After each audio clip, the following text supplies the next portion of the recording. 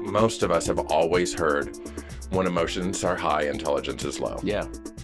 You screaming at someone that's screaming at you is not solving anything. Yeah. It is just going to heighten It's fight time. that scenario. Yeah. 100%. Yeah, it's fight time. And I grew up in a household of loud Italians. Yeah.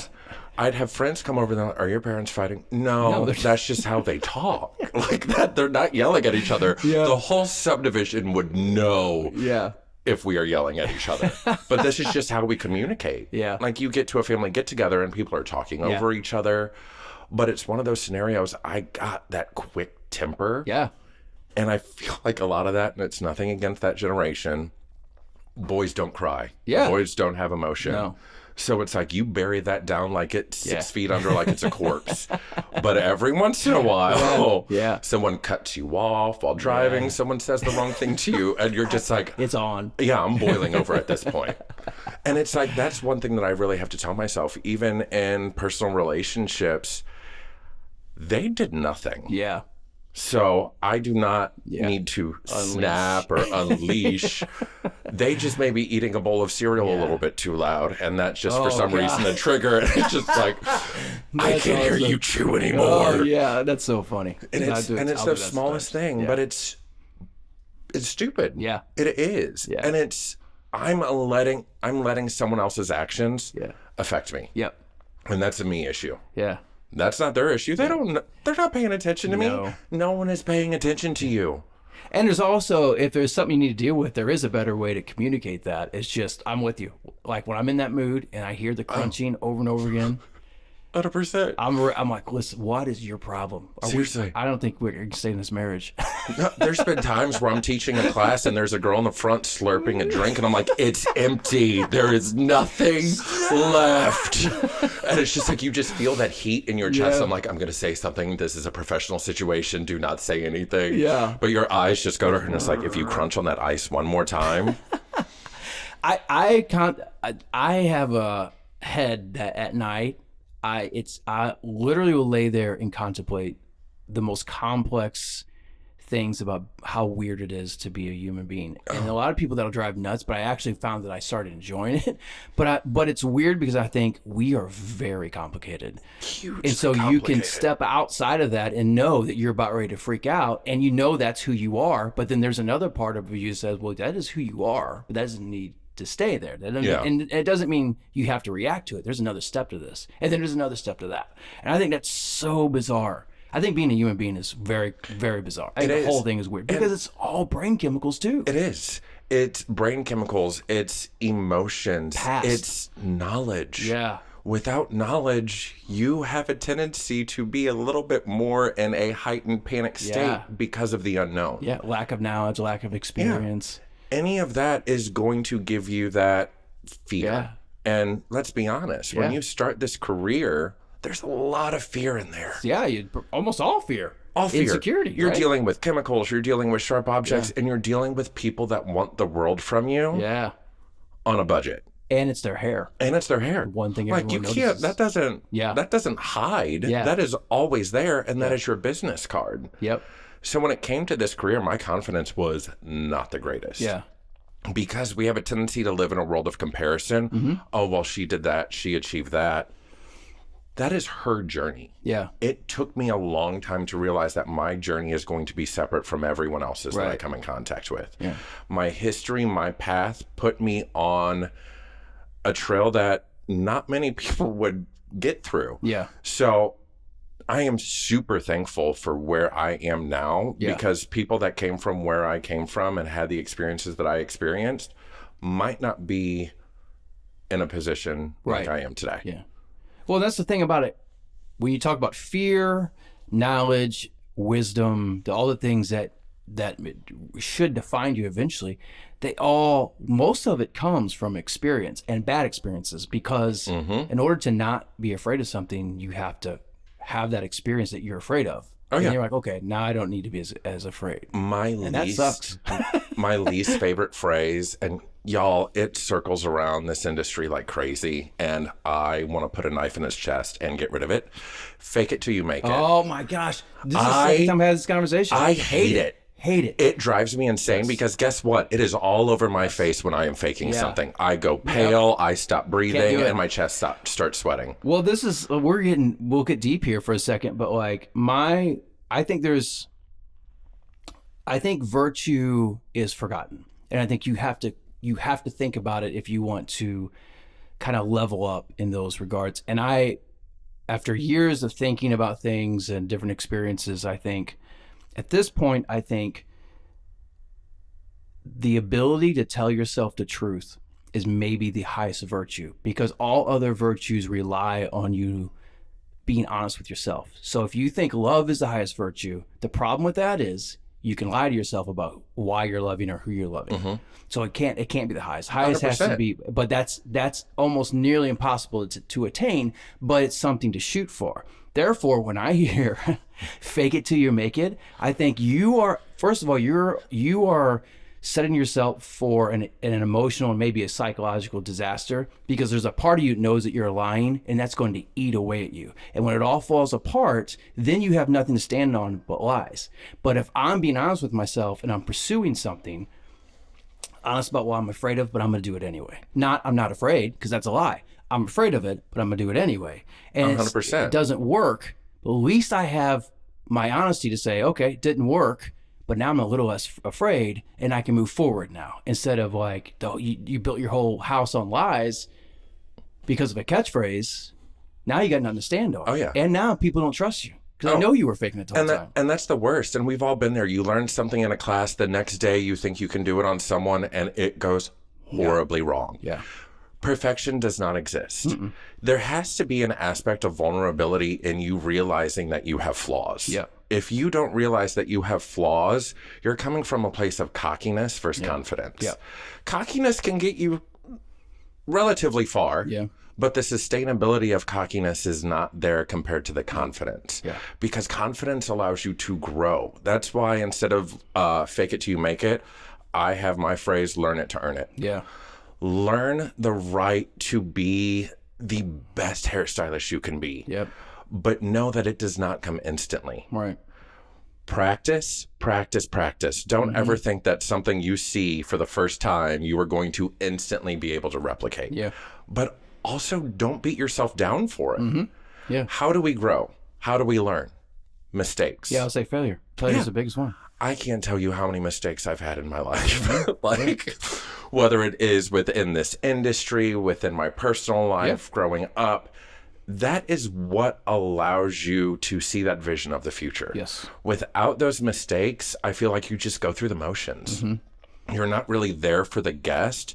You're just kind of there. Yes. I relate that as a dad with Arrow 7 plays hockey, and being a parent for like I said, I have a 24-year-old, 20-year-old, and seeing them through the eyes of like music and sports that they performed in and stuff like that. What I've noticed is, as I gotten older, I was better at seeing that, like Arrow now, I want him in situations where it's very challenging for him, and he can fail, be coached, and grow. Where a lot of times as parents, your ego's getting away, and you want your kid to be the best one on a team. No matter how good or bad a team is, you want your kid scoring all the goals or whatever it may be. And that's a life thing. Like, if you want to be safe, cool. There's a team for you. You can be in a rec league somewhere, and you can beat up on all the little other kids in your grade school, whatever. But you ain't growing, because there's a whole other world out there. Well, and there's that whole aspect of parent goggles. I see it all the time. I call it hear it golden boy. all the time. And it's like, you are putting so much pressure on an individual that is still trying to figure out who they are. Yep. Their identity is not your identity. Right. Allow them to grow and expand in things that interest them. That's not saying that you shouldn't be like, oh, I want you to try this out. Yeah. However, when they try it out and they don't like it, Move on. move on. Yeah. This should not be a forced scenario, because forcing creates resentment. Oh, yeah. And resentment does not go away. Go away. I played basketball for 3 years. I don't like sports. I still hold on to that. Still. And it's one of those things. My parents tried their best to figure out, to find me that perfect little niche.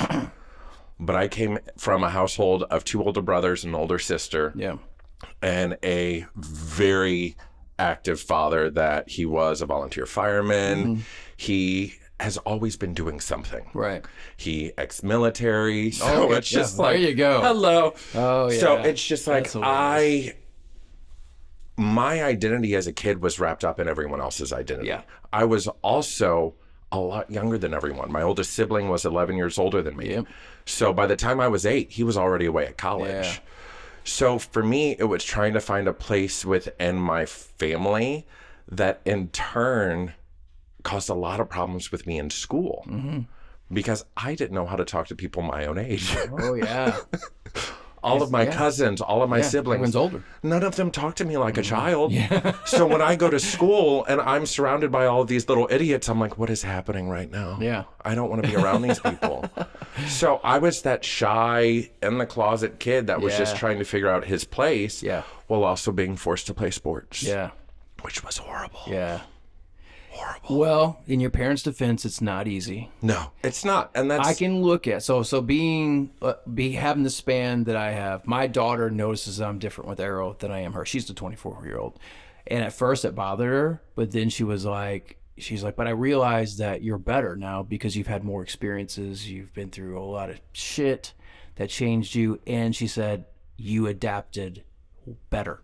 You became better because this, and you could have became worse. So like as far as parenting goes, what I was doing with say Jaden and Judah, which are 24 and 21, set a better platform for me if I was conscious about it for Arrow, who's 7, who I can be a little bit more calm about, who I can understand different experiences. And, being like usually in most of his activities, I'm the oldest dad there. And a lot of them are that's their first little boy. And watching that, it's like, oh God, they got it. They got golden boy syndrome. Oh, 100%. But yeah, so in your parents' defense, it is hard to you have to be conscious not to get in a groove with anything in life. Hair, it doesn't matter, music, whatever. It's very hard not to get set in a mode and think that, well, because my dad was the same way he did to me. Anything outside of that, and it wasn't his fault. There was just a lack of experience and a lack of knowledge that I can look back on and say I was so well suited for these things, but it wasn't even on the radar. Yeah. Like I had no guidance, so it was hard to figure. To give my parents some major props, my dad's dad passed away when he was 11. Oh yeah. And I always viewed what my family has done, and even watching my siblings parent, we learn. Yes. And now watching my parents with grandkids, completely different people. Yeah. And I'm okay with that. Just like with your daughter and your youngest. Yeah. It, to me, at first, I'm like, who are you two? Yeah, yeah. My dad used to terrify me as a child, but now through his own personal growth, he's turned into a little bit of a teddy bear with these grandkids. And I'm like, this is his journey. Yeah.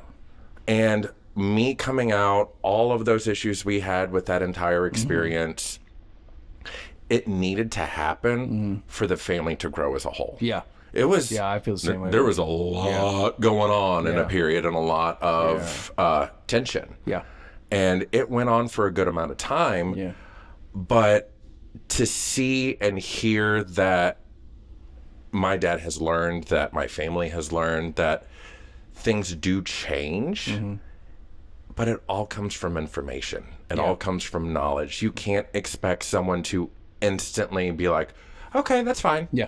We have our emotions. We have our feelings too. Just like you need to process something, they still might need to process things as well. Yeah.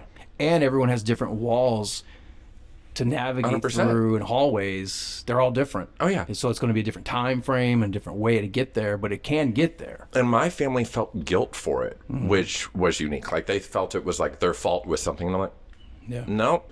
And it wasn't until probably about 3 years ago that my dad literally said, you were born this way. Like that's just how it is. Yeah. And they didn't have all the information. This was 1990 something. And I was gonna say, that's a different that's a whole different generation too. And y'all, when it is 2000 and you decide to come out as a sophomore in high school, things get a little rough. Yeah. Like I was thrown against lockers. Oh, yeah. I had things written on my locker. Yeah. It was just But I will be honest, it kind of fueled me. Yeah. It really did. People not liking me kind of, Yeah. it's like, okay. Yeah. You call me a name in the hallway, I'm just going to say yes. Thank you for noticing. Like, I'm not going to give you that kind of power. I can vividly, I don't remember a lot of classroom interactions from high school. I can vividly remember one class because of how one student was treated. And it to this day, it hurts because I was just like, that was so, like, that could have destroyed it. Hopefully it made him better. But 100%. Holy shit. And so this is like 90s. So we're still even earlier, like in that time frame with you, it's just like, we forget. Oh. Brutal. And it really was. Like, you grow up in a time span where everything you see is opposite of what you feel. Right. Oh. And then when you throw in a very strong Catholic background, I was you're gonna like, say, okay. We'll talk after the podcast because I want to tell you a story that kind of defines me. Not defines me, but it there's some angst there that I have, and there's one of many things. But we'll talk about that after this because it would probably piss a lot of people off if they didn't completely understand. So what part of the country did you come from? Oh, I'm Missouri. Missouri. Like, So you're in Missouri. I literally live about 3 miles away from the house that I grew up in. Oh, okay. What part? It's St. Peter's area. Oh, yeah. So I love it. Yeah. I have everything around me. Got friends And in St. since I Peter's. travel for work, Yeah. I don't really need to do anything else. St. Peter's is a great area. I like it. Yeah. Y'all, if you live on Mid Rivers Mall Drive, please learn to drive. When we have that closed lane, it is giving me anxiety when people have a tendency to drive up on the right to cut the rest of us off. Please stop it. So you grew up St. Peter's area. Mm-hmm. After high school, what'd you do? So many things. I tried college twice, got kicked out twice. All right. First time I went to Culver Stockton. Y'all, I don't remember what your mascot I almost went was. to Culver Stockton. It was an I should've awesome went to Culver campus. Stockton, actually. I'm not gonna lie. Yeah. It was an old Civil War fort. Yeah, So I'm it a was big cool. history nerd. So I'm like, these buildings are gorgeous, but each one is on a different freaking hill. Yeah. And you're like, no, not going to that class today. So I visited Culver Stockton. I was a basketball player, and they were recruiting me, and I had an awesome time there.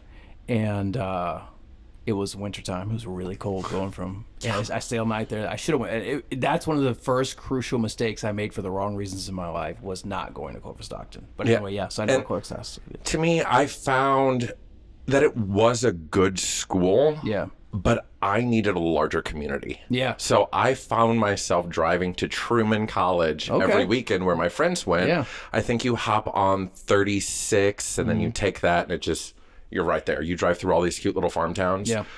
But I was not happy in that small town. Yeah. It was not It is really up there in the middle of nowhere. meant for me. We had a gas station, and at that time, the only restaurant that was like a chain was a Pizza Hut. There you go. And then they had just gotten an IGA, which I had never experienced an IGA. And I'm like, oh, it's a grocery store. So I spent a semester there, got kicked out, went to a semester of St. Charles Community College, but spent more time sleeping on the grass than actually going to class. That was before they had tracking, y'all. And I had to just make sure that I was out of the house so my parents thought I was going. Sleeping on the grass. I thought first you were talking about smoking weed or something. Was that no. your way of saying That was... You know, That came I later. spent most of the time sleeping on the grass. Well, I never heard it put that way. Okay. But no, like study day, you lay on your backpack, you're like, I'm technically at college. Yeah, I just I'm there. didn't go to my class. Yeah. But I was in this mindset when I graduated that I needed to have life experiences before I went to school. Mm-hmm. And that was not a fight that I won. Yeah. So after 2 failed semesters of college, I then worked. So I worked in bars, starting at probably about 19, which for some of them wasn't the most legal, but they're not open now, so it doesn't really matter. I was a bar back. I then did like janitorial. Then I moved to become a DJ. And I DJ'd for about 4 years within the gay clubs in St. Louis. Yeah. I loved it, but I hated going to bed at 4 o'clock in the morning. Yeah. And as someone that had some previous addiction issues, Yeah. y'all, the gay community is not the best back in the day about sobriety. And now I consider myself California sober. Yeah. I do not drink. I do not do any hard drugs. I just smoke pot. Yeah. So, and it's crazy when you look at a community and you see sometimes the escapism because we're finally around people that are like-minded. Yeah, you can let your guard down. 100%. Nothing to me felt better than putting on a song when I was a DJ and then hitting the dance floor. Yeah. And just being in that group of people. Like, I don't think we experience that anymore. Like, Dude, that fusion of energy. I was going to say, I see that it's gone. It's almost completely gone. There's dancing. I used to love going out. I still love to go out dancing. I love it. Like, there's nothing. It's a weird, again, it's those weird human things. It's a weird experience. Music is weird, but then you're moving your body. If you zoom out and think about it, it's like, why is this so enjoyable? Is he having a seizure? Like, what's happening right now? It's almost healing, and it's like, it's community. It's so many things, and it's like, I asked my wife the other day, what happened to slow dancing? Like, it's gone. 100%. So well, I kind of blame DJs for that. Sorry. it's okay. But you know why? I played a lot of dance music. Because I was in a bar one time, and we're talking to some of the bartenders, and Otis Redding comes on. I mean, it's Otis Redding, and it's like one of the most romantic songs. I think it was "Don't You." It's a song you feel physically. Feel it. Oh God, it's so good. And song comes on, I'm like, oh God, I love this song. But then a beat comes behind it, and I'm not. And the bartender, who's younger than me, says something like, oh, I love this song. And I said, yeah, I love this song, but I wish they wouldn't. They don't need. The song does not need a DJ behind it. And at that moment, now I look back and said, that's part of the reason why slow dancing died, is because the electronic culture just turned dancing into, and then those DJs and musicians just started to, everything was beats and remixes and everything else. And it's like all the soul almost left. And it's like, now kids don't even. And that's always the hard part for me. Like, for music, to me, just like with any experience, I want to kind of feel something. Feel it, man. Like, nothing beats the feeling of those hairs standing on your arm when you hear a certain chord, and you don't even know or why. you feel the bass of the music physically hit you, and you're just like, oh, what's happening to me right now? Like, I don't remember the last time I experienced that. And I still love it. I do too. I mean, it's just like, my wife will laugh at me about it. Like, I know I'm gonna turn 50 and I probably shouldn't, but I'm just like, I don't know. I don't know why. I really enjoyed that. I really enjoyed being. I didn't need to dance with someone. I didn't need to be sexual. Didn't need anything. I just loved dancing. And to me, it's a fuel of an energy. Yeah. And when we come into a release, 100%. You know. And it's in a world of, it's like physical touch, but it's different because there's a rhythm behind it. Yes. There might be a touch of sexuality to it, Yeah. but it's a different connection than you get versus just dancing next to someone. Yeah.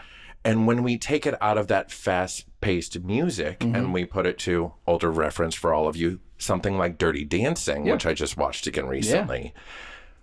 Where's the Dirty Dancing? Yes. Like, where is the emotion behind it? Not y'all, nothing against it, but not the filth. Yeah. Because some of y'all are pretty filthy. Yeah. But where's like that romance? Romance doesn't exist. Exactly. It's like romance. That spark, that heat. Yep. That is what I feel like. Taking the chance. Yeah. Yeah. We don't have that anymore. No, we really don't. No. We talk about that. It's funny we're talking about, because I talk about this all the time with my wife. It's like, so much of our culture is gone. So we were, she got us a night out. We stayed at the Moonrise Hotel. It was last week sometime for Christmas, part of our Christmas present, because our lives are just hectic.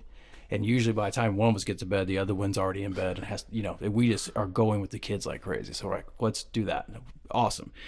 So it's in the Loop, the pageant. It's there, Delmar Hall's there. So it was Saturday night, right? We're in the Loop. I hadn't been there in a while. And so we went to this place to eat, and then we walked up and down the Loop. There was no one. We sat in a bar which I like sitting in a bar, me and her, every once in a while, because we just kind of people watch, usually meet I someone. love people watching. Oh, and you know, you usually run and have a conversation with a new person. It's just great. No one. Saturday night, prime time. We were there from, you know, out past 10:30. What? No one. And as we're walking around the loop, you would be shocked at how many of the buildings are vacant now. Now, That's great. It's sad. Honestly haven't been down there in a while. I think No my one- most recent visit was a quick one to Vintage Vinyl. Right. But you could not find a parking spot. Nope. You could barely walk on the sidewalk. Yep. You're surrounded by people's natural deodorant, which does not work. And then the smell of ganja. Like it is because And all it the was head shops on the diverse. street, Yes. you Yeah. would smell the incense as you walk Yeah. by it. I That's can remember really music sad playing. to me. Like musicians would be on a corner Oh. here. Like I'm just like, dude, our culture is dying. The ability to be social and the value of being social, it's gone. And I'm just like this. I mean, I sat in I would say, man, this is so sad to me. Like this is the loop. I used to love Oh coming yeah, to the is loop. Blueberry Hill still around? Blueberry Hill's still there. So Okay. Del Mar pageant, So- Blueberry, but we went to Blueberry Hill for a while. It was pretty much dead on a Saturday night. That breaks my heart. Do you remember Cicero's? I do. Gone. Sad. It's been gone for a while, but Cicero's was one of my favorites because you get pizza, you get a pitcher of beer, cider, but they had that backstage. I've played there before. Really? Yeah, and it's like it was a perfect size, great stage. Wasn't a big venue, so you could pack it in pretty easily. Loved playing there. Gone, and I'm like, all these venues are going. It's so sad. Wheelhouse is closing. Yes, Well- they're actually they're closed. They closed January. New Year's Eve was their last day, but the reason is because, and I've read this, club culture is gone. And, Oh, and it's gone. gone. I mean, just Every bar I worked in, which was 5 of them, yeah, don't exist anymore. it's insane. And these were owned by individuals that had been part of the community for ages. Yeah. So to see some of these bars close, the Yeah. only one that I feel has been around the longest at this point and has the good staying power is Rehab in the Yeah. Grove. That is the only one that I feel like is still doing the drag shows. Yeah. But y'all, I could be wrong. I have not been into a bar in a very, very long time, so don't come at me. Well, I actually that night I looked up where are the places. I Googled something like where are the places that have the best club scenes, or not club scenes, but bar scenes in St. Louis. And the Loop wasn't even mentioned anymore. It was Soulard. I love McGurk's because McGurk's is like it's everyone's bar. Yes, It's big. 100%. Irish band playing all the time. You'll see college age kids come in there, and you'll see dads and grandpas having dinner with families, and they all interact, and everyone's pretty cool. So it was Soulard and the Grove was the other Yeah. one. The Grove still has like a busy, and the Grove's smaller, so it's like one street, so that still has a pretty. But man, everything else is gone. If you think about the Landing, Wash Avenue, the Loop, all these Central West End, Westport. I went to Westport, Westport and yeah. I'm like, gone. It's just crazy. this is all different. Yeah. Like, and it's been 20 years since Yeah. I've probably been in Yeah. a bar at this point. No, It was 15. Yeah. Yeah. But it's just like, that was a time and a phase in my life. Yeah. Super thankful for it. Yep. The people that I met, the relationships that I was able to create, and the confidence it gave me just to being around new individuals all the Yeah. time was great. Yeah. And it also was kind of my first taste into the hair world because of those wigs. Yeah. I was obsessed with the wigs that these girls would pull up with. And I'm like, how do you do it? Yeah. Like, how? Yeah. And it's an art form. Yeah. Especially if you're dealing with synthetic hair. Y'all, you cannot use a regular hot tool like you would expect. You have to use a clothes steamer. Yeah.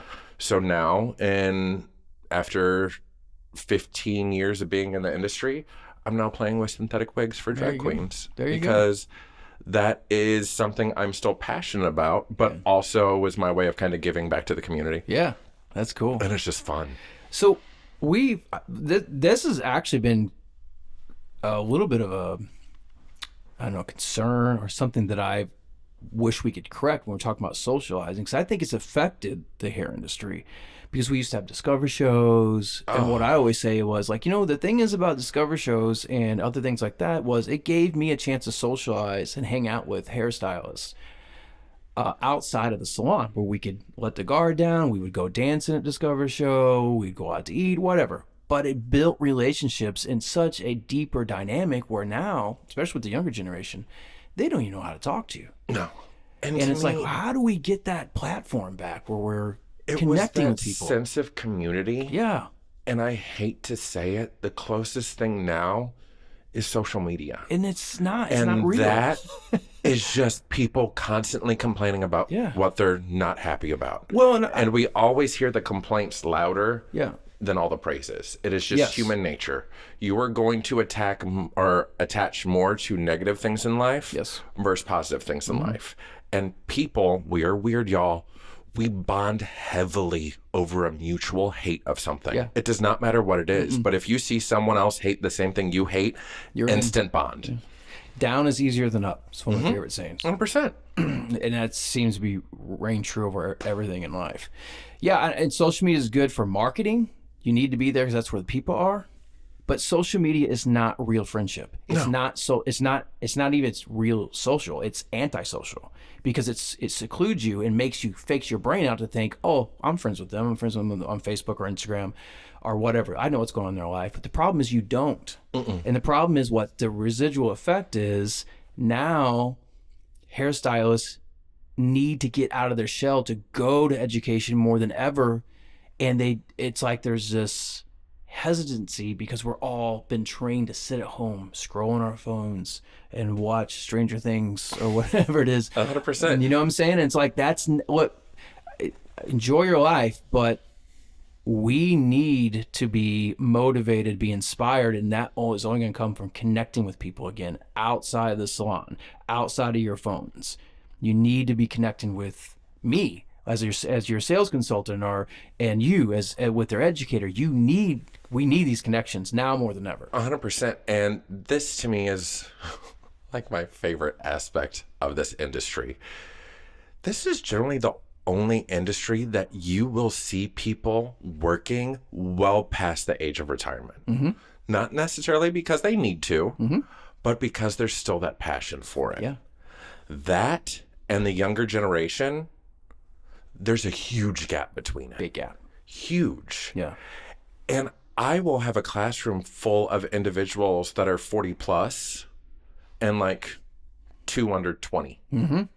Yeah, that's what I'm It's talking that about. weird in between, like you think you know everything, but what you're doing is you're relying on social media, you're relying on someone else's formulas, and you're killing your creative aspect of it. Take what you see as inspiration, not as direct law to replicate. Yeah. Because where's the artistic ability in that? You constantly repeating the same formulation on every single individual, you're making copies. You're not challenging yourself. And most likely you're now feeling burnt out. You're bored. That's the end result of that, is that you're going to end up not liking what you're doing. And the problem isn't what you're doing. The problem is how you're doing it, how you're going about it. 100, and I say 100% a lot. Jesus. 100%. 100%. So I always look, especially with our color line, we are color wheel based. I view it like an artist palette. If you know the power of the color wheel, which some of you I question sometimes, you can create anything. And so for me, that is my creative outlet. Yeah. I know that I can mix gold and violet if I need to soften the gold within this tube of color. I don't have everything pre-done for me, so I can truly tailor something to the individual and not just try to turn and burn individuals. So this is a weird way to say it, but it's more alive. 100%. The colors are more alive. Damn it, there I am again with 100%. 100%. Yeah, that I need a shirt. So exactly. And it's such a true thing, because anything in life, when we are no longer challenged, we get bored. I see it in relationships. I felt it in school. Yeah. And a lot of people feel it in school, where you're just like, you might know this information, or this information doesn't really interest you. Yeah. And so you just stop absorbing. Yeah. Throw yourself into your flaws. I know that sounds really weird, but be aware of them. I knew my haircutting was not the best. I knew my blowouts were not the best. Yeah. But I threw myself into paid education, and every night that I closed, I grabbed one of the girls that I worked with, and I'm like, can I blow out your hair? Do you think they ever said no? Yeah. No. I learned hair texture. I learned product combination. I learned brush positioning. No one knows how to do a blowout anymore. Here, let me just grab a curling iron. Okay. Are you charging for the curling iron? No. Oh, okay. So we just give things away now? Yeah.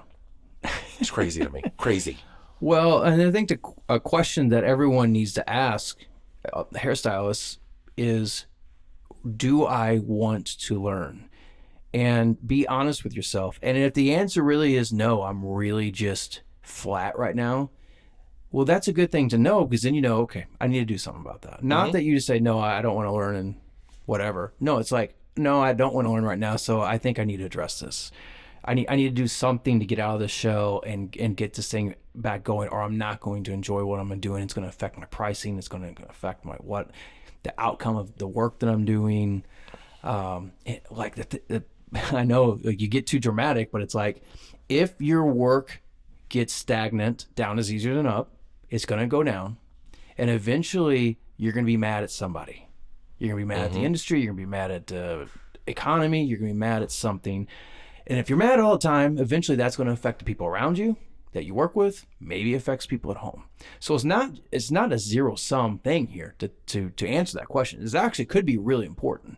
And it can increase the happiness, the joy, the peace that you have in your life, because you actually get into something. You actually focus on something. You're actually challenging yourself. We're weirdly wired to be challenged, to want to focus on something to challenge it. When people aren't trying to achieve something, they usually become miserable. That's a weird way we're wired. I don't know why we're wired that way, but it does seem that we're all wired that way. It's like a blanket of complacency just falls over you. You're like, okay, this is my life. This is where I am now. When you lose that opportunity to challenge something or to learn something, it's kind of like giving up. Yeah. And you see it a lot, not just in our industry, but everywhere else. And for me, I look at it, we don't know how to separate. For all of my individuals that have a tendency to be in suites or rental salons, their business is coming through their phone. And for all of you others, how many of us are looking at YouTube videos or TikTok videos of different hairstyles and techniques, and it's 8 o'clock at night? Yeah. If you do not separate from your job or from your career, you will become overwhelmed. You have to find something outside of this industry to fuel that fire. Yeah. Because once you're fueling all your fires, you will find that joy within this industry again, without a doubt. Yeah, that's what I meant by the Discover Show thing. I think that was one of the things that did it. That it still was based on hair, but like it was a way, it was fun. It was more about the night out and coming in Monday super hungover and looking like a zombie, possibly still drunk, smelling of tequila. But that's it. It's like, but this is to me where, okay, so we know those things. What do we do about it? And you're one of the things I think that they need to take advantage of. L'Oreal Professional free education in the salon is insane to me. It isn't like it's a new startup company. No. It isn't like you guys are new at this. The biggest way for me to look at it is we look at things and have a tendency to be fear-based. We don't know what we don't know. Yeah. As a brand, we know information is super, super powerful. But this information does not come from me standing and talking at you for 2 hours. I'm a very hands-on individual with a lot of my classes. If you want me to come in, say you brought in Metal Detox, but now you're curious about the rest of the Serie Expert family, which is amazing, especially the new Vitamino Color Spectrum. It gives you that opportunity to be like, do I need to bring in the whole line? Most of the time we'll be like, no, don't. Find where you have those gaps. Find where you can build up your current business. Give yourself a little taste of some of our top products, and then make that decision on the investment. I'm not there to just fill your salon with product. I did inventory for a salon for many years. I saw the amount of money that sits there. I saw the amount of money that goes through the drain, literally. Y'all, one pump is enough most of the time for shampoo. Yeah. You 5 pumpers, it's like, okay, that's just money.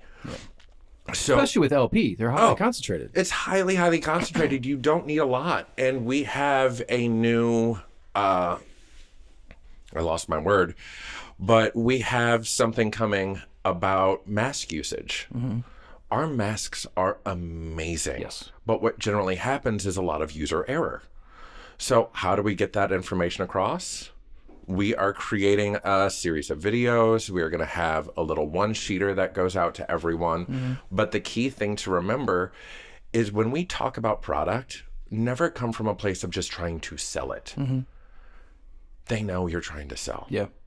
How is this product going to save them time? How is it going to save them money?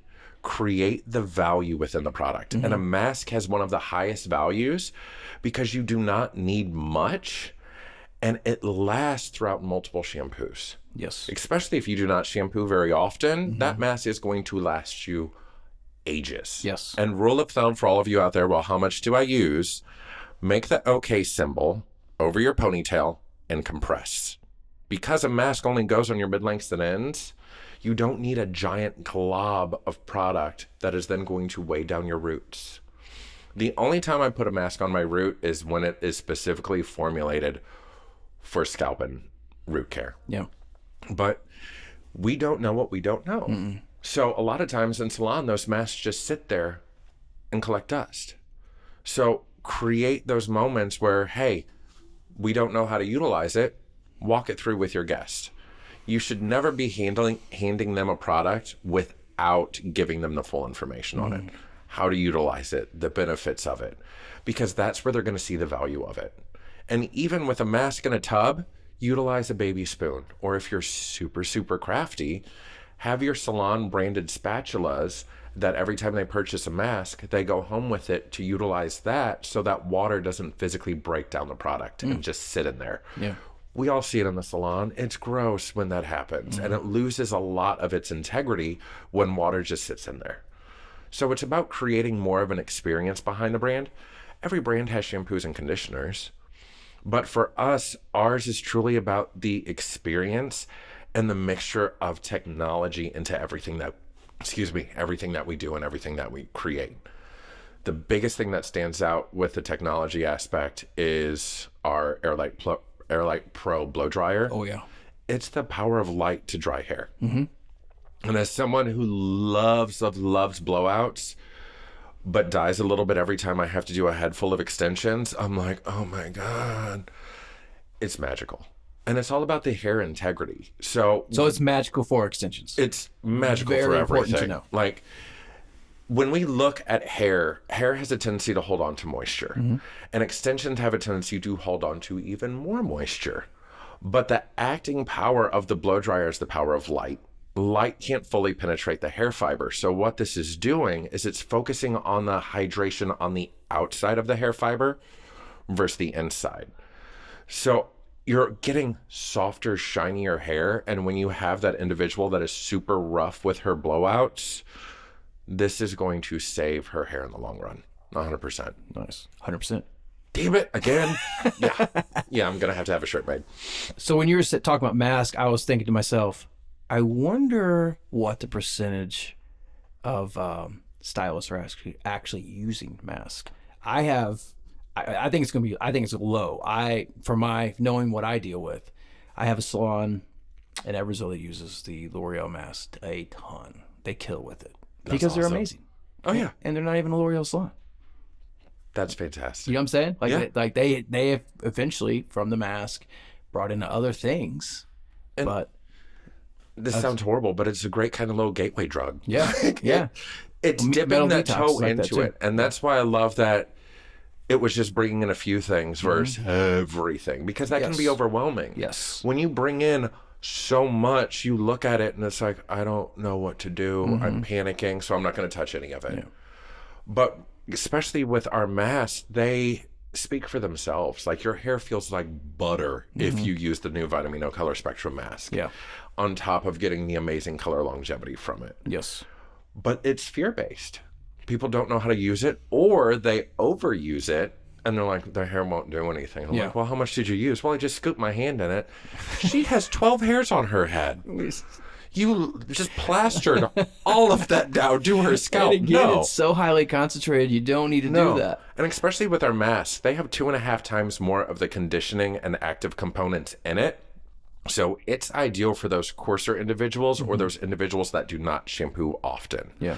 And if you look at certain ones, some might say Reish or like golden.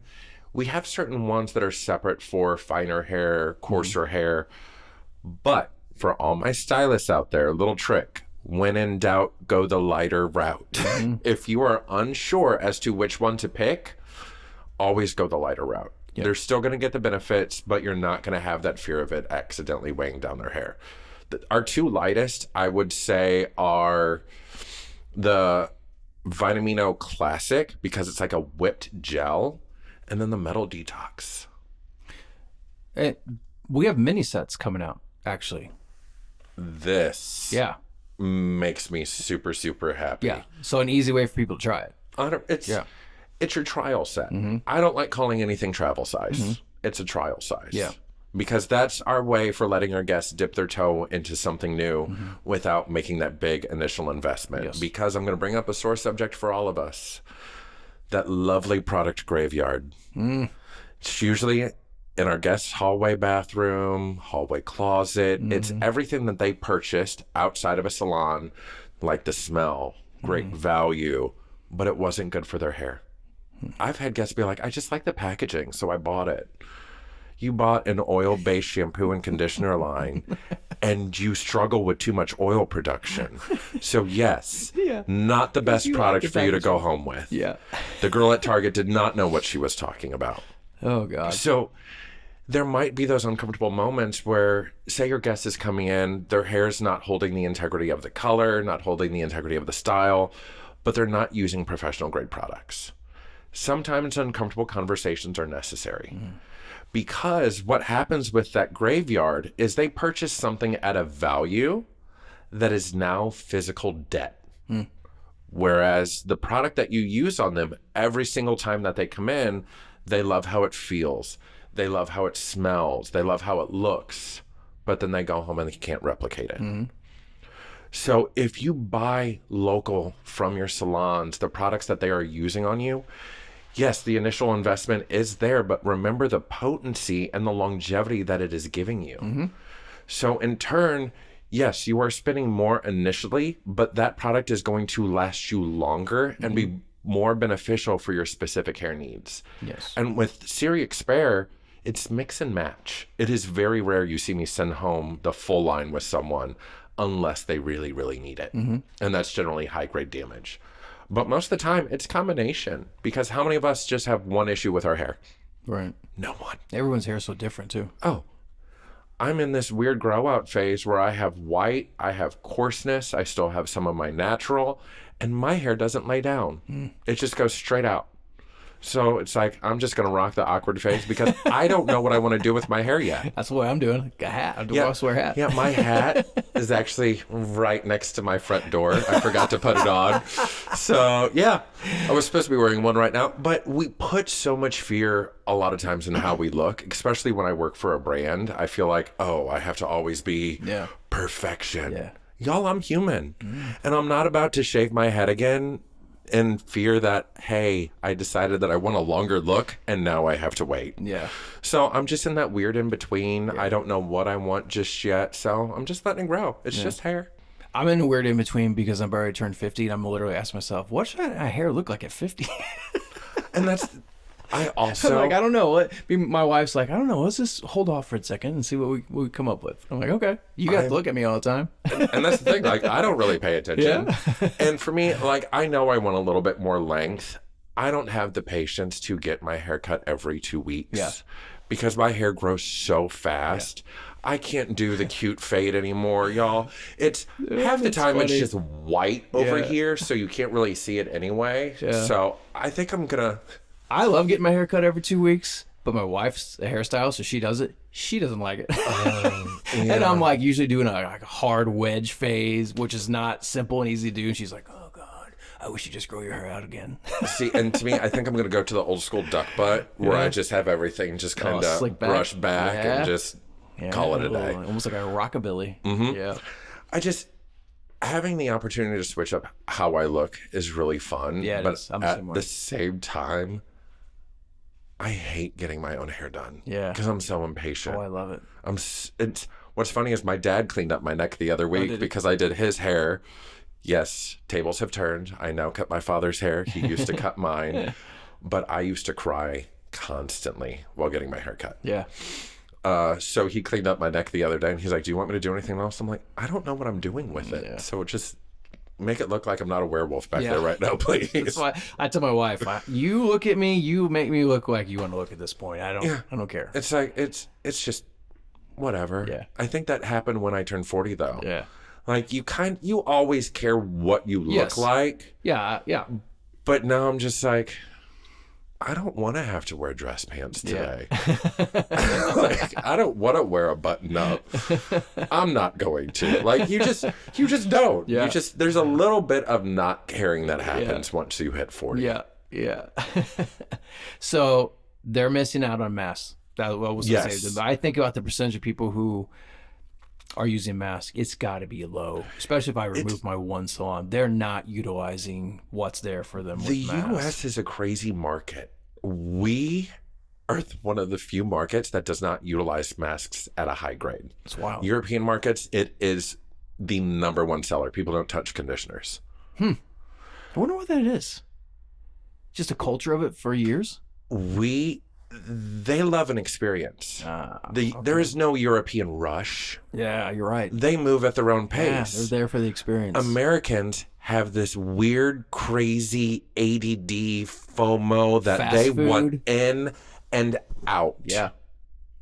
So it's all the quick fix. So our salons need to dial the fast food service back. 100%. There are salons everywhere that can turn and burn people. Yeah. What people want to have is that experience. Yeah. They want to see and feel the work that you're doing. Yeah, they want to soak in it. Yeah. I almost said it 100%, but it fits there. It fits You did twice without even noticing. Y'all, it's just a part of me now. I need to learn to accept it. But it's just such a true thing that we become obsessed about the money and getting people in and out. That was never why I did it. Yeah. I love to make people feel good. Mm-hmm. I was not that person where you were going to squeeze another appointment in because I'm like, one, I'd like to eat lunch. Yeah. And two, if my guest needs something, I want to be attentive. I'm really big on touchbacks. Mm-hmm. So if they're processing for the 35 minutes or 20 minutes or however, you need to have at least one touch point for every 15 minutes. So that means if they are sitting for 35 minutes, you need to go check on them twice. And the reason is, if they're just sitting there, they're just looking around. Mm-hmm. They're just kind of unfocused. They're on their phone. Mm-hmm. You went from being all about them to now you're just letting them sit there. Yeah. And that to me is that conversation. So what are we using at home right now? Mm-hmm. What did you think of the products we used last time? It's that opportunity for connection. It's that opportunity for planting the seed. What issues do you feel like you're currently having with your hair? Yeah. We can have a consultation at the beginning of that service. We should always have a consultation at the beginning of that service. Mm-hmm. But we have the opportunity to have another one during that color processing time. It doesn't have to be super intense. It can literally just be a check-in. Girl, did you love that oil? Awesome. Glad you did. Mm-hmm. Perfect. Not everything has to be a laundry list of questions. Mm-hmm. But it's important to make them still feel cared for. When you disappear for 35 minutes, I see it all the time. I call it the meerkat head, where all of a sudden they're like this because the timer went off and they can't find you, and that panic starts to ensue. Mm-hmm. Like, what am I supposed to do next? Yeah. Mm-hmm. Like, this went off. Is my head going to catch fire? Yeah. Like, what's going to happen? Mm-hmm. I think I'm ready to be shampooed. Yeah. Those are those moments that we're trying to avoid. Everyone has fear. Everyone has anxiety. And when you come as a guest into a salon, it's all heightened. As hairstylists, most of us have PTSD from getting a service bad done on ourselves. But we now have that professional backing. We now have that knowledge and that information of that's why it happened. Our guests have that same PTSD, but they don't have the knowledge. They don't have the information. And a lot of us have been there to where we are physically talking them off of a ledge to cut off 1/4 of an inch of hair. Hair is emotion. Hair is physical. A lot of people put not just, they put so much into it. Some individuals, it's their faith. Some individuals, it is physically who they are is wrapped up into that hair. And to me, it's a love-hate scenario because you love your hair, and I'm so glad that you love your hair. But what about the rest of you? Yeah. Like, is that just what you want to see when you look in your reflection? You just look at your hair, and it just, I want people to know that there can be beauty just outside of fresh hair color. You can have beauty just being natural. Yeah. Like natural gray. I've had people, I work for a hair color company, and they're like, why don't you color your hair? Because I love my gray. Yeah. Like, just because we have the opportunity to color doesn't mean we need to color. Like this year, we are doing a really big launch into gray blending. We're not diminishing it. We're giving you that opportunity for if that guest wants that grow out, we can put a little pepper back into that salt. We can ease that transition because natural hair is just as beautiful as colored hair. And a lot of people don't view that. Yeah, I mean, there's some people who have white hair that's absolutely gorgeous. Stunning. Yeah. And I struggle with it because I turned 42 in a week. Yeah. And I trimmed down my beard and I'm like, I'm Santa Claus. Yeah. How do I have this little pigmentation left in my beard at this point? To where I age 15 years if I start to grow a beard. Yep. But when you see, and it's so weird to me. Ladies will come up to me and they're like, oh, your gray hair, it looks so distinguished. And my gray hair just looks ugly. And it's like, no, you are self-hating on yourself. Yeah. Stop. Your gray hair is beautiful. It is everyone telling you, oh, no, you should really cover that. It ages you. It's insecurity. It is. Yeah. Your beauty does not just lie in hair color. There are so many other ways. Yeah. Yeah. So if you're looking to take that leap into your natural gray, do it. Yeah. Do it. And if you need a little pepper added in, find one of our salons and we'll help you Well, out. that's the thing. Like, even if you do have, let's say you have mostly white hair, you can still be white and make it a better white. If it's a little dingy or whatever, then there's a way to, Oh, yeah. there's other things to do there. You don't have to color it, whatever your natural color is. You can keep it white and just make it a beautiful white. And a lot of that is just at-home maintenance. Like, we have our silver shampoo and conditioner. Yeah. I utilize it because I live in an older home and my gray has a tendency to yellow because I have very old pipes in my house. Yeah. I'm pretty sure some of them are cast iron, so that's fun. Metal buildup, but metal detox can be another video in itself. So I utilize it because it's a violet, neutralizes those yellow tones, but it also has salicylic acid. So it's giving me a really good cleanse, but it's not stripping my natural oil barrier in a dry season. Yeah. So if you rock your beautiful gray, but you're trying to brighten it up, utilize our silver shampoo and conditioner. Which I don't think a lot of people do. I don't think that, I think they think of the silver along the lines with the brass and with the violets, like it's just blondes, but there's a whole big category of people that you're leaving out. And the silver, Maybe you're just cutting them. Yeah. Well, they may need that silver. They may love the silver if you just maybe try it on their back bar first, see if they notice a difference. And even for myself, so we have our Demi-Permanent line, Dialite. That's what we use for our glossing.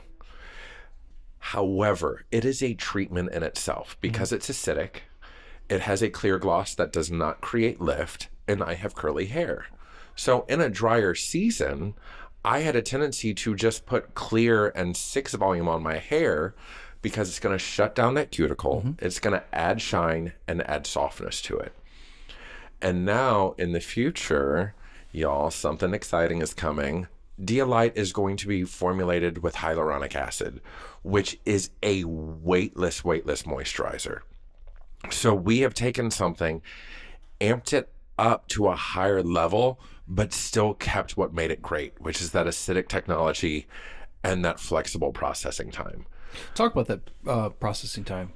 Isn't that one of the things that makes Dialite unique and kind of sets apart from other things? So within Dialite, you're going to find that we have two different lines. You're going to have our 9s and 10s, some of them labeled as milkshakes. The milkshakes actually have a 2 to 10 minute processing time. They're hyperpigmented. We know our blondes are more raw, they're more porous through that lift. So these are meant to get in and get out. But what's unique is that 2 to 10 minutes means that any time within that you see the tone that you want, you rinse. The amount of time left on the hair is not going to physically affect the longevity. That acidic technology is closing down that cuticle and working like a lip gloss to put that color on the surface of the cuticle. So we're getting just that beautiful sheen, that neutralization, and that shine throughout it. With outside of the milkshakes, we deal with a 2 to 20 minute processing time. Same thing. It does not have to process the full time. Once you see the tone that you want, you rinse. That's different than EQ, where EQ is you have to 100%. You're encouraged to keep it there. Yes. Yeah. So, and even for us, key thing to remember is you can have moisture in the hair, but it should feel cold, not dripping wet. Okay. I see it a lot where it's like they just literally rinsed it and they go to put that on. I'm like, that water is going to create a barrier. It's not going to do anything. You need to have some moisture in there just to, for me, it helps with the glide, but it just needs to feel cold. If you squeeze it and water comes out, there's still too much moisture in that hair, especially on those mid-lengths and ends. But when you look at it... But you don't need to run a blow dryer through it. Nope. And the one thing to keep in mind is you never walk away from Dialite. And that's because you want to watch that tone progress. And the biggest thing to keep in mind, we know that wet hair comes off about a half a level to a full level darker. The easiest way to figure out that tone is I tell people take 2 fingers, put it behind the guest's ear, and then go internally into the hair fiber. Take shampoo and gently shampoo it. Shampoo creates a white background, which is giving you more of a true tone. Then you rinse that product. Oh, okay. And that hairline, if it is thirsty like one of y'all's exes, utilize a quarter clear in that hairline. A lot of our guests, they are now taking that amazing skincare into that hairline, which is drying out that hair fiber even more. And then that's how we get that lavender or that baby blue. And you're like, I don't know what happened. So I'm a huge proponent in utilizing 6 volume with all of my blondes. I'm a control freak. I like control. And if they are super porous around that hairline, I might have a quarter of clear in that formulation just to work as a buffer. All right. But I never walk away. I've walked away, but I learned real fast too. You come back and she's lavender, you're like, I just had to use the restroom. My fault. So what color do you use mostly? Like what's in your cabinet? I'm a big Anoa Diacolor Dialite user. Okay. That's what I want to know. I do, however, love the new Majorelle. Okay. So I veered clear for Majorelle for a period just because she stunk. She was stinky. Yeah. It was that ammonia smell. You can't avoid it. Yeah. But with this new formulation, not only is the smell of ammonia gone as you mix those two formulas together, but the texture is so much easier to move throughout the hair. Previously, Majorelle was a little bit heavier, a little bit stiffer when it came to application, but now it's blending in with all of the other textures that we utilize. Nice. I view each one as a tool. And then each head of hair that comes and sits in front of me, family, friend, whatever it is, I look at it and I'm like, what is it lacking? If you have curl, 100% I'm always going to stick with an ammonia-free option. So my Anoa, my Diacolor, my Dialite. If we are going for low commitment, instantly Diacolor. If we want to test something out and you're a blonde, we're going to test it out with Dialite. So I always like to have opportunities, but I do live in a more ammonia-free category when it comes to my hair coloring. And that's Anoa. And Anoa's a very creative color line too, correct? Yes.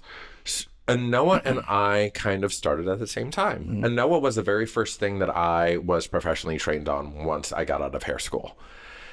And back then, y'all, if you remember, it was a torturous 3-part system where the oil was separate and the presidoser, the color tubes were like an inch and a half Came in long. like a box of tubes. And they were sharp, like super, super sharp.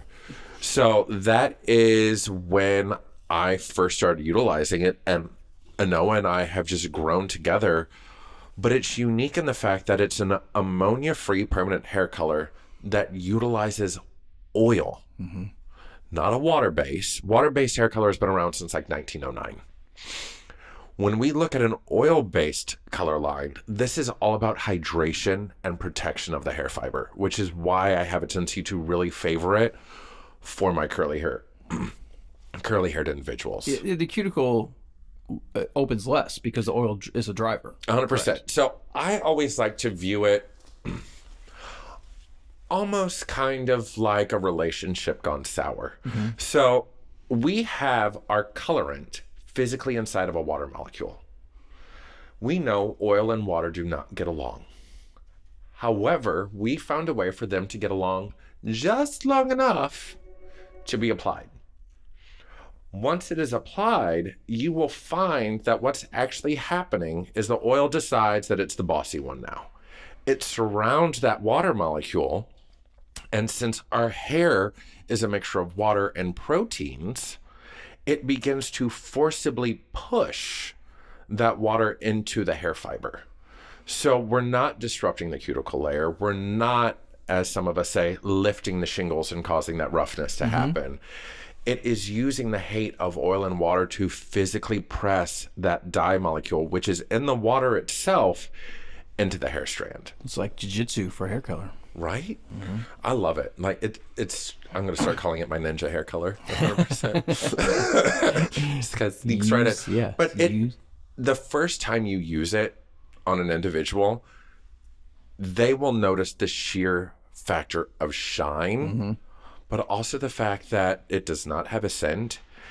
And a lot of individuals are starting to find that they have a little sensitivity to ammonia. Makes the scalp tingle. It's not always a pleasant feeling.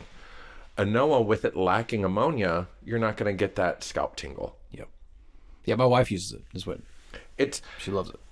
It's fantastic. And when you look at our color ranges, you'll find that all of our colors are duplicated throughout Majorelle, Anoa, Dia Color, Dia Light, but it's all truly what you feel your business is circled around.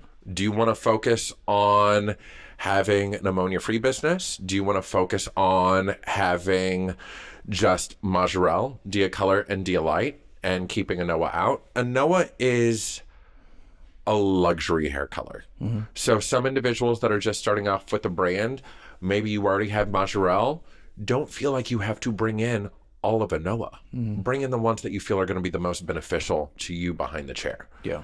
It's all about what's going to work for you, not what's going to put you in the poorhouse. Yeah. I want you guys to bring stuff in to use it, not bring stuff in to look at it and think about it. Yeah. And pricing, this is one of the things that gets a little frustrating is not raising your prices. Psychologically, you think it prices you out of products, which is the importance of being professional and keeping your prices not overpriced. I'm not necessarily saying that. I'm saying you should be being charged correctly. You should be charging correctly. And then using a NOAA on certain, it's not going to matter. 100%. And we used to, our salon, $1, $2, price increase goes a long way. We would just do an upcharge. So if they did hair color, but they wanted to up it to a NOAA, we just had an upcharge for a NOAA use. Yeah.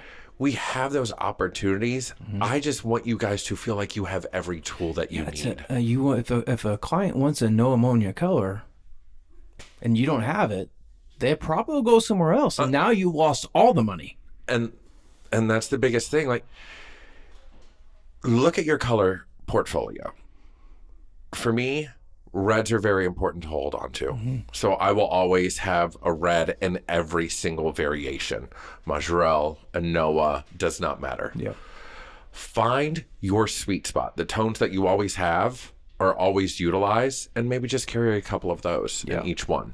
Yeah. Because Dia Color and Dia Light are great for refreshing those mid-lengths and ends. Dia Color can also be used to cover white itself. So it's just like, give yourself options, because once you lose options, that's when that panic starts to ensue. Is Dia Color alkaline? Yes. Okay. Yeah. So we have alkaline with Dia Color, and then we have acidic with Dia Light. Okay. I'm a huge fan in always ending in something acidic, which is why I love the new Vitamino Color Spectrum line, because the line itself is acidic. Even if I use Dia Color and I do not end at acidic technology, that cuticle is still open. So the longevity of the color and the value of that color can now diminish if I do not close down that cuticle before they leave. That's important to them to know. Huge. I feel like that was a thing before. Man, I can't. It's been a while. People using it. I mean, it's been a long, probably 2 decades ago, somewhere around there, that where brands were talking about that, using clear to seal the cuticle is going to make the color last longer, add shine, and I get, how things go, phases out. Oh yeah. That information phased out. And it's like, we may need to be reminded about a couple of things here. Using the acidic clear and the usefulness of an alkaline. Like, those seems to be things that are adrift. Oh yeah. With hairstyles right now. I still run into people that are using permanent for everything. Yeah. Permanent for base color for someone that has 5 gray hairs, permanent for a low light. And I'm just like, okay. Yeah. And so you try to have to find the nice way of being like, but why? Yeah. And then you have to fill in the blanks for them. And this is where your education comes in, having you into the salon where you can have these conversations and walk them through scenarios. And you're easily accessible too. Oh, 100%. Yeah. And that's the thing, like, even if you're listening outside of like the Midwest territory, we also offer free virtual classes that you can sign up for. Yeah. And with something like that, if you're just kind of thinking about the brand, use those virtuals as dipping your toe in, getting the information. So that way, when you do want to come have me come in, I'm now bringing the product with me and we physically play with it. Right. You already sat through the information. I'm not going to make you sit through it again. Yeah. I want to have that hands-on moment. I want you to feel. We're very tactile individuals. Yeah. And so I want to utilize those moments for physical hand-on. Yeah. And if you want to hop on a virtual, just one-on-one before I come into the salon to meet the staff, we can do it that way. Yeah. I like that a lot. I want them to know that they have someone in their corner. Yes. Even the smallest salon to the largest salons need support. Yeah. Each one is a different kind of support. Sometimes it's just letting them know you're there. This has been like eye-opening for me, this part of the industry that's not utilized enough. And not even that it's like, it's not utilized enough, but also not appreciated enough that a company is that supportive of the hairstyle. So I think that gets blown off. And I'm like, you realize how important that is? You realize how much money L'Oreal Professional puts into their educators and how well trained they are? And it's free to you and they're completely accessible, that if you're in an oh shit moment, you have a professional for free you can call. And you think that using this startup company, you think that's a good idea? Because they told you some whatever spin? I'm like, that's the part that this baffles me with our industry right now. I'm just like, do you guys understand that you are more supported by one company and that company is the number one company in the world? Like, this is a worldwide brand and they give you the best education and they support you like no one else. And you're like, yeah, but they say they're from Italy. Like what do you know what I'm saying? I'm like, what are you talking about? Like, and drives me crazy. And I totally get that. There's one of those things where you're always going to have brand jumpers. People that they can't settle on anything. Yeah. But I feel we have some of the most devoted people that utilize our color, that utilize our product. And it's because they physically see and feel the difference. Yeah. Those people that question, they haven't seen and felt that difference yet, which is why I like to have those hands-on moments. Yeah. If you want a color class with me, I'll want to do color basics virtually, and then I want to come in while everyone's working, not models.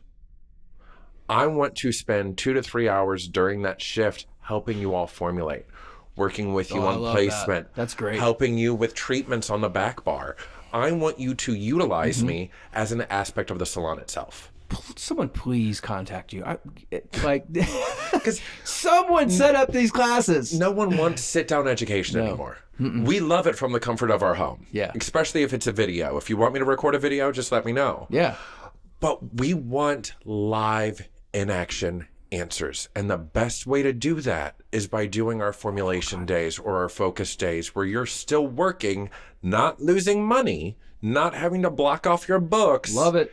And I'm helping you sell things. God, that's such a deeper connection too. The whole experience is so much. And I love it because I'm not full-time behind the chair anymore.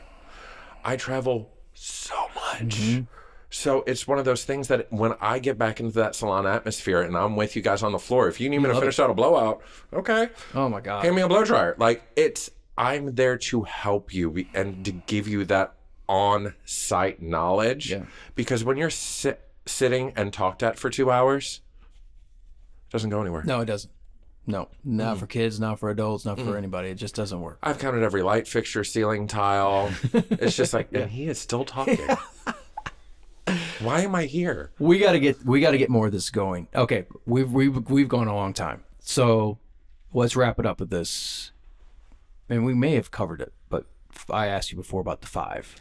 Oh, so my top 5 products.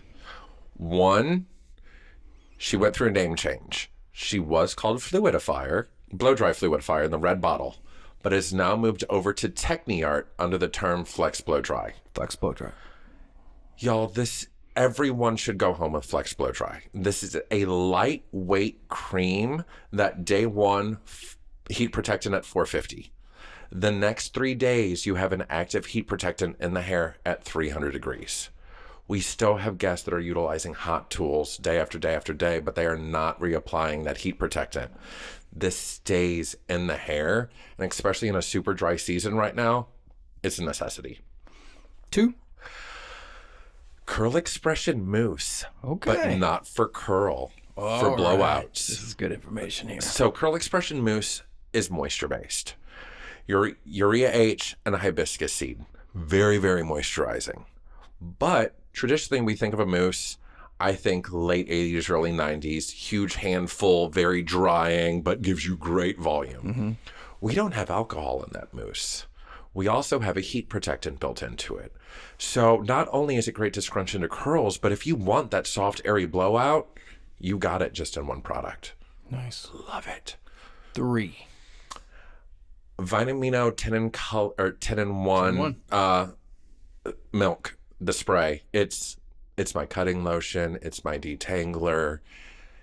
I feel like it's our best product. Really? It's been around for ages. It helps with the elasticity and porosity of the hair. Like, I love it. Truly a multitasker. Yes. And because it being a milk, every hair type. Nice. Just like with the fluidifier, it's not super heavy, every hair type. Okay. This is really good information because these are things that usually I get the staple answers. Metal detox. I mean, we've all talked about metal detox, y'all. Yeah. We've all talked about it. This is more specific yes. and with a little bit of twist. Number 4. Number 4, the Pro Longer Leave-In Cream. Okay. So the leave-in cream, all you need is one aspect from a line to give you the benefits of it. I consider the Pro Longer leave-in cream like that Sunday service product. Whether you blow dry it in or let it air dry, it's still going to fill and fluff up that hair fiber. So it's a great way of just adding that little bit of density back into someone's hair. It also has a heat protectant and smoothing capabilities built into it. But it's important, we do not cocktail, or I do not cocktail. There may be other people within the brand that do, but I look at the science behind the products themselves. Oils are meant to penetrate deeper into the hair fiber. They create that internal nourishment. Creams create what is called a film forming barrier. It locks in internal moisture and keeps external moisture out, which is why they're so great with humidity protection. However, if you put a cream on and then you put an oil on and you start that blow dry, she's going to look greasy as all get out. And that's because that cream did its job and that oil has nowhere to go. Sits on top. Shoot me a message if that's ever happened to you, because y'all, it's insane. Because it's all about the science of it. And once I really dived into the science behind the physicality of the products themselves, the viscosity, the texture, and what that means to the hair fiber, it was a game changer.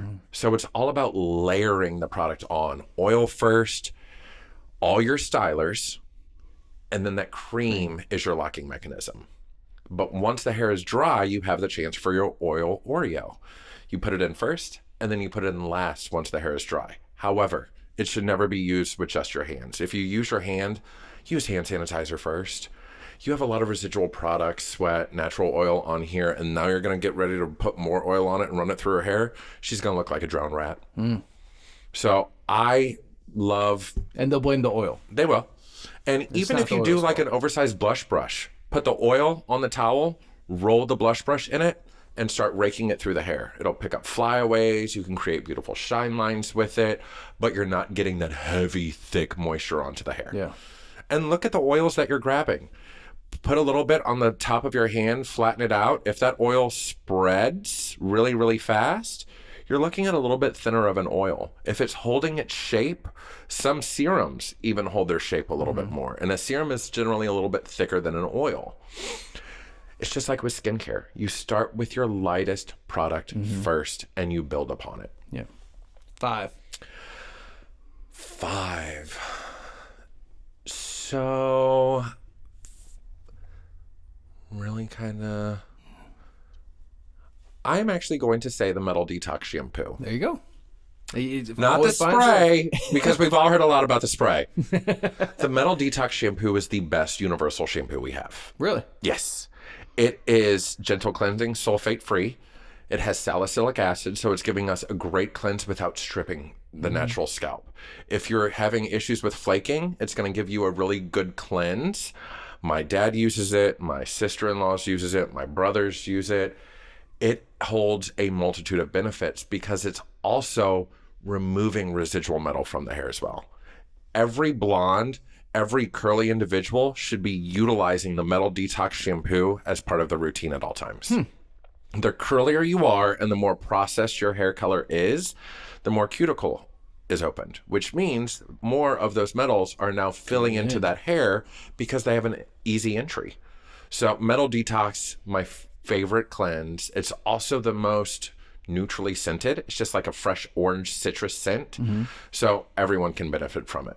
Nice. Yeah, all 5 of those are new to the information. Usually I get some general answers that I can predict. The only one I could have predicted with yours was the Metal Detox. So that's such a staple with Lori. That Metal Detox has gotten me into salons. Y'all never would have tried. And being in the Midwest, some of us live in more rural areas. If you run off of well water, harsh city water, Metal Detox is going to add life back into your hair. Nice. If your child is at Columbia, like my niece is, please give them Metal Detox. It will save their hair. Go Mizzou. Well, this has been great, man. Well, I really appreciate you having me on here. Yeah. It was awesome, and I feel like we could probably talk all day. Me too. We should do it again. We Totally down. Especially if we got something new you want to talk about. Think about it. We have so much coming this year. So later in the year, we might be launching something new. All right. So we will set up a little... Yeah, when you are able to talk about it, let's do it. Yes.